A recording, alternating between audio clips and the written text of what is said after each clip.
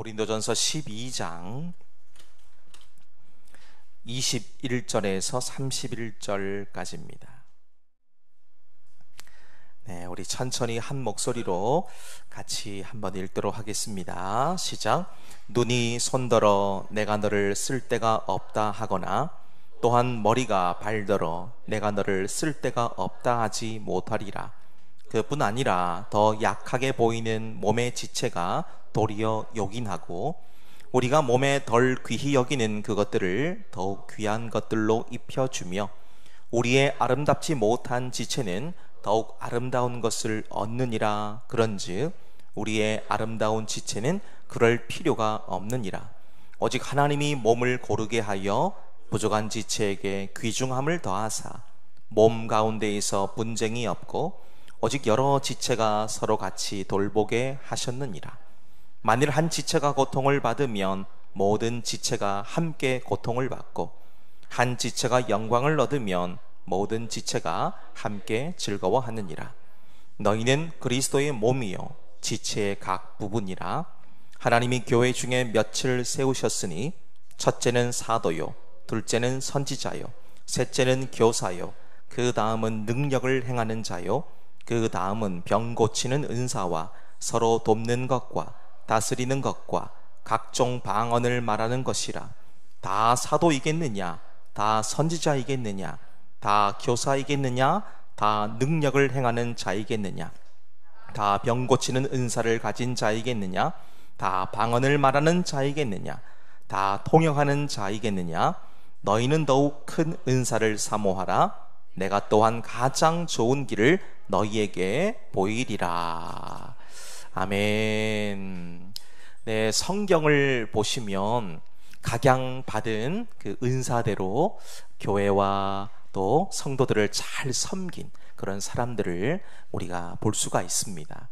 대표적으로 바울과 함께 복음을 위해서 헌신했던 이 브리스가와 아굴라 부부를 좀 보시면 좋겠습니다. 이 부부에 관해서 성경이 좀 직접적으로 무언가 명확하게 기록하고 있지는 않습니다만은 그들이 걸어왔던 삶과 사역을 보면 분명한 은사를 살필 수가 있습니다. 먼저 이들 부부에게는 탁월한 가르침의 역량이 있었습니다. 사도행전 18장의 말씀을 보면 이들은 이미 성경에 능통하고 또 웅변에 아주 뛰어난 아볼로라는 사람에게 하나님의 말씀을 더 정확하게 풀어서 가르친 사건이 나와요. 그 정도로 깊이 있는 말씀의 이해와 지혜를 갖고 있었다라는 것을 우리가 살펴볼 수가 있습니다. 그리고 이들 부부는 환대와 섬김이 있었어요. 로마서 16장과 고린도전서 16장의 말씀 보면 바울이 이 두 사람에게 감사의 인사를 거듭해서 얘기합니다. 근데 왜 감사를 했을까 보게 되면 자기들의 집을 교회로 기꺼이 내어준 것에 감사하고 있는 거예요. 초대교회 당시에 자기들이 살고 있는 집을 교회로 제공한다라고 하는 것은 단순히 어떤 장소를 제공하는 것을 넘어서는 겁니다. 신앙적인 책임과 보호를 가지고 헌신한다는 것을 의미하는 행위거든요. 그래서 오늘날에도 한번 보세요. 자기들의 집을 교회와 성도들을 위해서 기꺼이 내어줄 수 있는 사람 과연 얼마나 되겠습니까? 가정에서 구역 모임, 목장 모임을 드리고 성도들이 자기의 집에 오는 것을 대단히 부담스러워하는 사람들이 많이 있는데 자기들이 살고 있는 집을 하나님의 나라를 위해서 기꺼이 헌신할 수 있다? 이건 보통 은사가 아닌 거예요. 세 번째 보십시오. 이들은 동력과 협력의 역량을 갖고 있었습니다. 바울이 이들을 부르면서 항상 이렇게 불렀습니다. 나의 동역자들, 이렇게 불렀어요. 나의 동역자들, 함께 일하는 사람, 함께 돕는 사람, 이런 의미예요. 동역자라는 말이 그렇습니다. 정말 이들은 바울의 신실한 동역자들이었어요. 바울과 같은 사도의 사역을 실질적으로 지원합니다. 현장과 이동 사역에 함께 했습니다. 필요할 때마다 그들의 거주지도 같이 옮겼어요. 사역지를 변화시키는 이 유연함과 헌신을 동시에 갖고 있었습니다. 그러니까 바울에게 있어서는 가족 그 이상으로 아주 끈끈한 애정과 사랑을 가질 수밖에 없는 사람들이었기 때문에 이들을 소개할 때에 그들은 나를 위해서 자기들의 목숨도 아끼지 않았다, 이렇게 표현하고 있어요. 마지막으로 이들은 뛰어난 영적 분별력을 갖고 있었습니다. 앞서도 말했지만 아볼로라는 자의 설교가 지식적으로, 이 이론적으로는 아주 탁월하고 성경에도 능통한 것처럼 보였습니다만 복음에 대한 이해가 반쪽짜리였음을 분별해내는 지혜를 갖고 있었어요. 그러니까 아볼로가 전한 복음을 온전하게 교정해 주지 않습니까?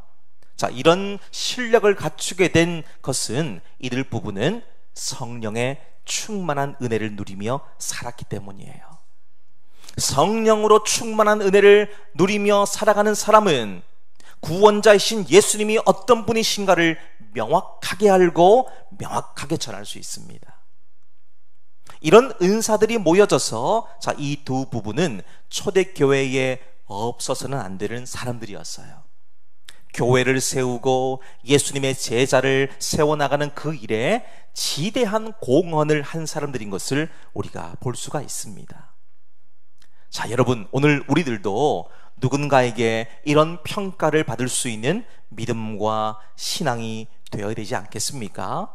이왕 예수 믿는 거지 않습니까? 이왕 믿는 거면 우리가 좀 탁월하게 한번 믿어보면 어떨까요? 탁월하게. 그러기 위해서 여러분 각자가 받은 은사를 소멸시키지 마시고 하나님의 나라와 주님의 몸된 교회, 또 성도들을 위해서 아낌없이 사용하시기를 바랍니다. 아낌없이. 은사라는 말이 뭐였습니까? 우리 계속해서 살펴보고 있지만은 카리스마타, 그랬죠. 카리스마타. 선물이란 말이야. 선물.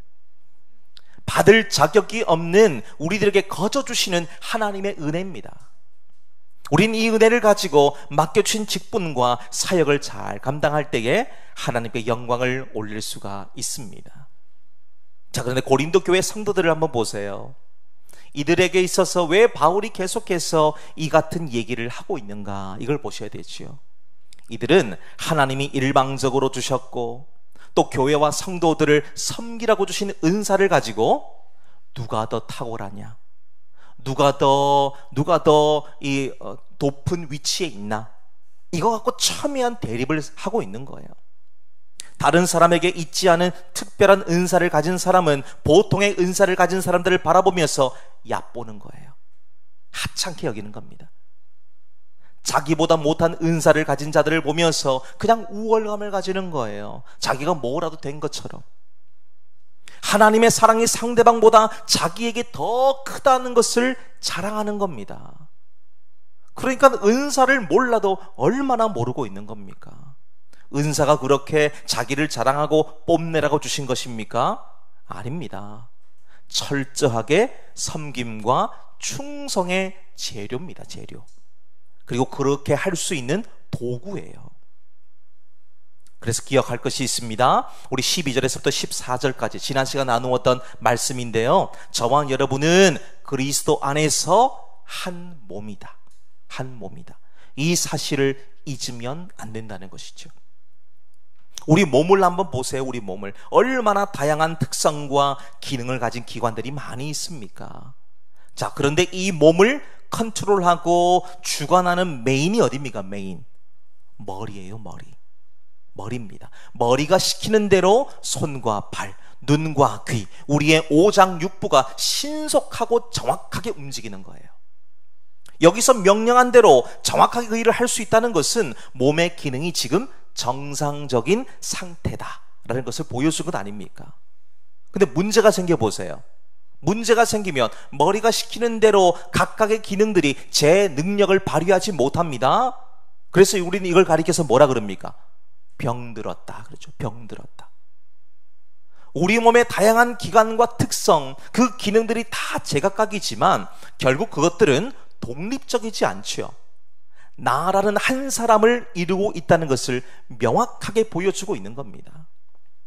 자, 교회도 마찬가지죠. 교회도 각기 다른 사람들이 모였습니다. 그렇지만 그리스도의 몸을 이루는 존재라는 사실을 우리는 부정할 수가 없어요. 근데 이렇게 다양성을 가진 우리들이 그리스도 안에서 어떻게 한 몸을 이룬다라고 말할 수 있습니까? 13절을 보면 한 성령으로 세례를 받아 한 몸이 되었기 때문이다. 그렇죠. 여기서 말하는 성령의 세례는요, 어떤 특별한 사람들만 받는 신비로운 체험을 의미하는 것이 아니라 그랬습니다. 예수님을 나의 구주로 고백하는 모든 성도들이 그리스도와 연합해서 그분의 몸의 일부가 되는 것을 의미하는 것이죠. 저와 여러분만 한번 놓고 보셔도요, 살아온 환경, 과정, 출신, 또 성격, 나이, 학력, 모든 게 다 달라요. 같은 게 없습니다. 그렇지만 이 모든 차이를 뛰어넘을 수 있는 것, 무엇 때문에 뛰어넘을 수 있습니까? 우리는 모두 그리스도의 몸이다. 그 몸을 이루는 하나의 공동체로 묶여져 있기 때문이죠. 그리고 우리는 아까도 말씀에서 나온 것처럼 한 성령을 마시고 생명을 공급받는 한 가족이기 때문이에요. 한 가족. 그러니까 내 마음에 좀 들지 않고 나와 다른 성격과 성향을 가지고 있다고 해서 배척하거나 미워하거나 밀어내면 안 됩니다. 그렇게 하시면 안 돼요. 예수님께서 우리를 십자가 보혈로 한 몸 되게 만드셨기 때문에 그 누구도 끊을 수가 없는 관계인 것이죠. 피 한 방울 섞여 있지 않아도, 그분이 내 스타일이 아니더라도 우리는 모두 예수라는 스타일로 하나 된 형제 자매라는 사실을 잊어버리시면 안 되는 거예요. 절대로 잊어버리시면 안 됩니다. 이거를 잊어버리는 순간에 어떤 일이 벌어집니까? 너는 너, 나는 나 되는 거예요. 몸이 그럴 수 있습니까? 그럴 수 없는 거예요. 무엇보다 15절에서 20절을 보시면 주님 안에서 쓸모없는 것은 단 하나도 없다.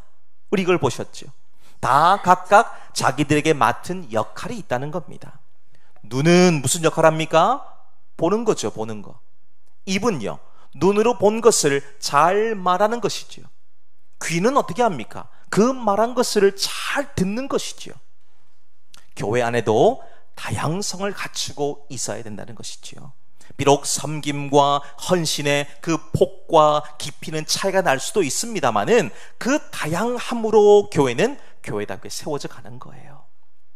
지금 저와 여러분이 각자의 자리에서 잘 섬겨주고 계시고 또 그 자리를 지켜주고 계시기 때문에 교회가 교회답게 세워져 가고 있는 것입니다.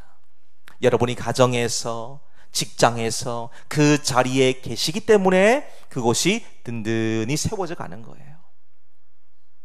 그냥 그곳에 계신 경우는 없습니다. 아우, 내가 거기에 있어봤자 도움이 되겠어? 난 별로 쓸모없는 존재 같은데, 아유, 나 같은 사람이 뭘 할 수 있겠어? 아니에요. 그런 말씀하지 마십시오. 하나님께서 여러분들을 그 자리, 그곳에 두실 때에는 분명한 이유가 있습니다. 우린 그걸 찾고 누릴 수 있어야 되는데, 그렇게 만드는 것이 바로 은사라는 거예요. 은사. 그러니까 우리에게 다 은사가 있다는 겁니다. 이걸 숨겨놓지 마십시오. 교회를 위해서, 또 옆에 있는 사람들을 위해서 내가 받은 은사를 마음껏 쓰시기를 바랍니다. 자, 그러면 우리가 오늘 말씀의 제목에서도 보시다시피 우리가 더 큰 은사를 사모해야 되는 이유가 있어요. 무슨 이유일까요?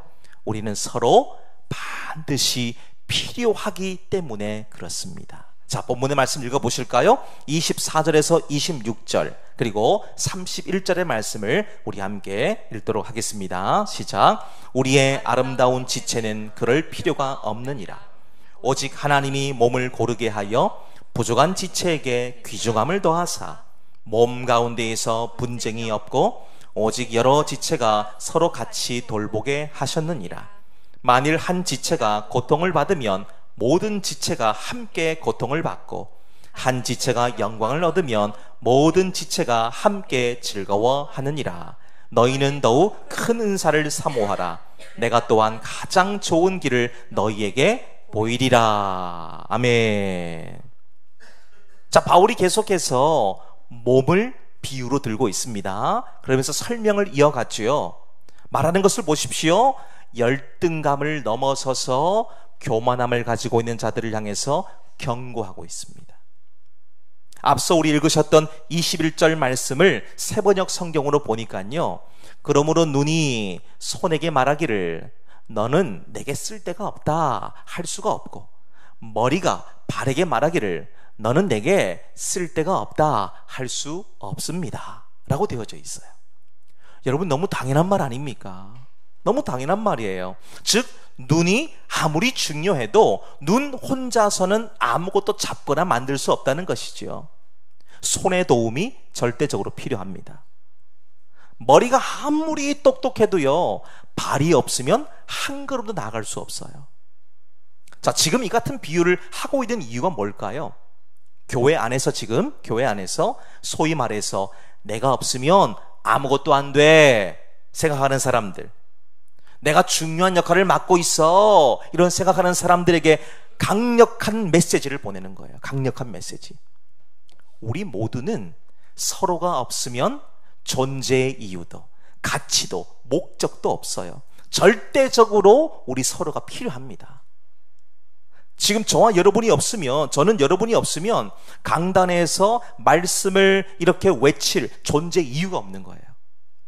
저 혼자 허공을 향해서 아무리 외쳐도요, 그 설교를 듣고 준행할 자가 없으면 무슨 소용입니까? 듣는 자가 있으니까 하나님의 말씀을 전할 수 있는 것이고, 여러분들은 하나님의 말씀을 들으시기 때문에 그 말씀을 듣고 준행하는 것 아닙니까? 그 서로가 필요한 거예요. 성도님들 역시 서로가 없으면 존재 의미가 퇴색됩니다. 찬양을 할 때에도 함께 찬송 드릴 수 있는 성도님들이 계시기 때문에 같은 방향을 두고 함께 찬송하며 하나님께 영광 올릴 수 있지 않습니까? 교회 중직자들이 성도님들 없이 그저 직분만 받아서 세워져 본들 그 역할을 어디서 어떻게 할 수 있겠습니까? 중직으로 역할을 하면서 교회를 함께 세워갈 성도님들이 계시기 때문에 그 자리에서 더욱더 섬김의 본을 나타낼 수가 있다는 것이죠. 한마디로 말하면 뭡니까? 우린 서로에게 너무도 절실하게, 그리고 너무도 절대적으로 필요한 존재라는 거예요. 필요한 존재. 그리고 마침내 26절을 보시면요, 교회의 가장 아름다운 모습을 기록해 주고 있습니다. 자, 26절 다시 보세요. 만일 한 지체가 고통을 받으면 모든 지체가 함께 고통을 받고, 한 지체가 영광을 얻으면 모든 지체가 함께 즐거워하느니라. 그러죠. 공동체라고 하는 것이 바로 이런 겁니다. 공동체가 이런 거예요. 아파하고 괴로워하고 고통 중에 있을 때 공동체는 그 고통을 함께 나누는 겁니다. 함께. 기쁨이 있으면요, 공동체는 그 기쁨을 함께 하면서 배가 시켜 나가는 거죠. 아니, 우리 손가락에 작은 가시 하나만 박혀보세요. 이것 때문에 아무것도 못합니다. 너무 아파가지고 온 몸이 다 아픈 거예요. 그냥 신경이 곤두섭니다. 그런 것처럼 교회 공동체, 함께 울고 함께 웃는 사랑의 공동체가 되어져야 되는 것이지요. 이게 바로 하나님이 꿈꾸시는 교회의 모습입니다. 저는 우리 교회가 이렇게 천국을 이루는 사랑 공동체로 우뚝 세워지기를 간절히 소망합니다. 이건 입에 발린 말이 아니에요. 정말로 우리 교회가 세상이 감당치 못할 은혜로 하나님의 마음을 시원케 해드리고 그분의 마음에 합한 공동체로 세움받기를 간절히 소망합니다.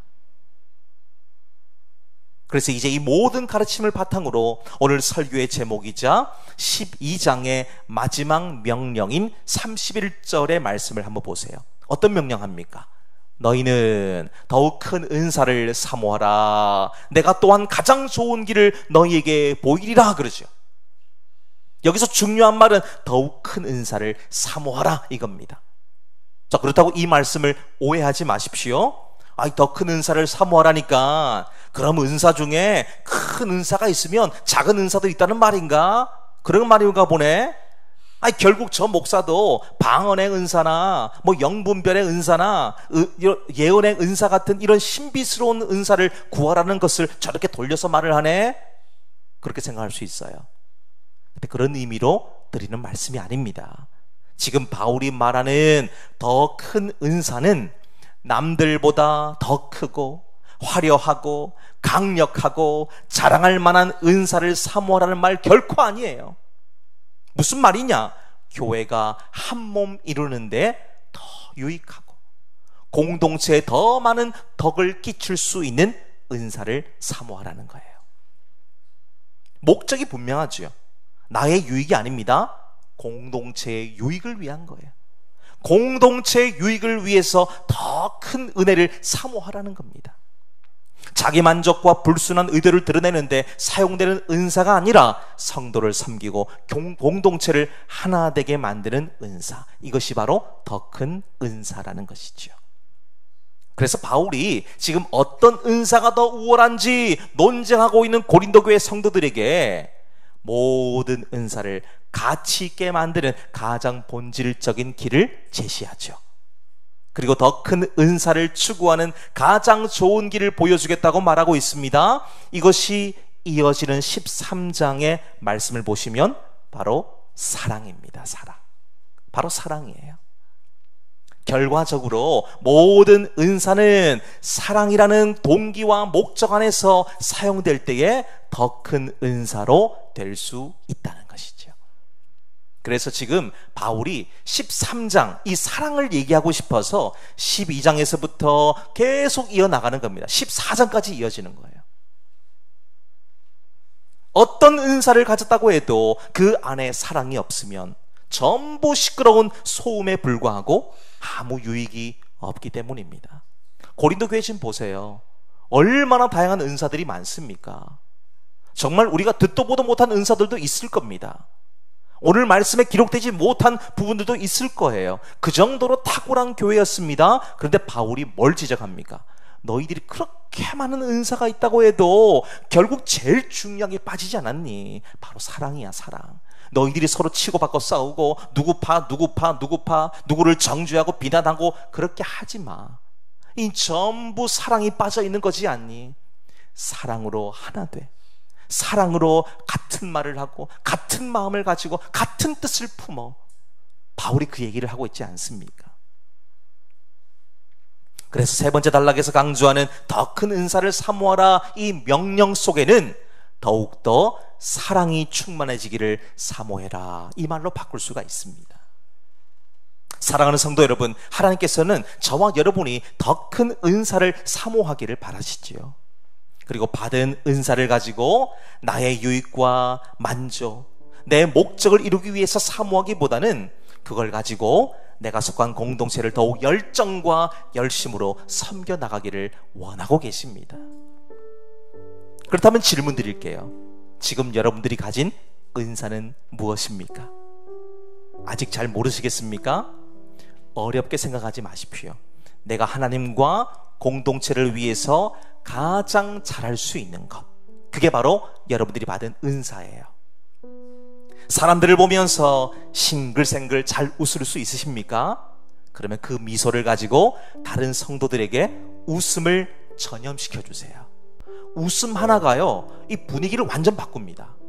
그렇기 때문에 요새 웃을 일이 많지 않은데요, 여러분들이 온화한 미소를 가지고 교회로 오신 성도님들에게 이 웃음을 전달할 때에 그 미소와 따뜻한 온기는 얼음장처럼 차갑고 냉랭한 사람들의 마음을 녹이는 거예요.